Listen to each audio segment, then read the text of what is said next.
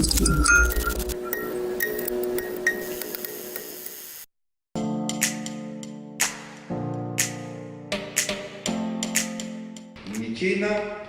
fa ny karama farany ambany zany dia ho 200 000 ariary. Apresiana ihany koa ny olona mba hiasa bebe kokoa dia ny heure supplémentaire rehetrarehetra mihoatra ny 20 ora dia tsy misy hetra aloha.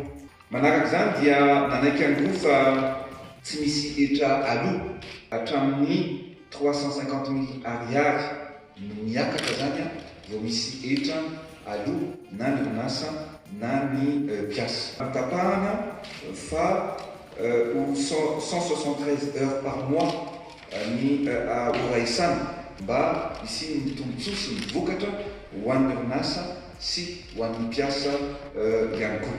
Zavatra izay zany zava-dehibe ho an'ny mpampiasa satria na eo ny finiavana no an'le ampisonitra amin'le karama farany ambany dia tsy maintsy misy tambany amin'ny atao productivité ka ireo fipetra-telo ndraiky amin'ny fitondram-panjakan'ireo dia ahafahanay miaro amin'le productivité ny orinasa sady mitsitoko no tombontsoa amin'ny mpiasa. Ny zavatra tiako antranterina dia ny fifanarahana teo dia ny karama farany ambany.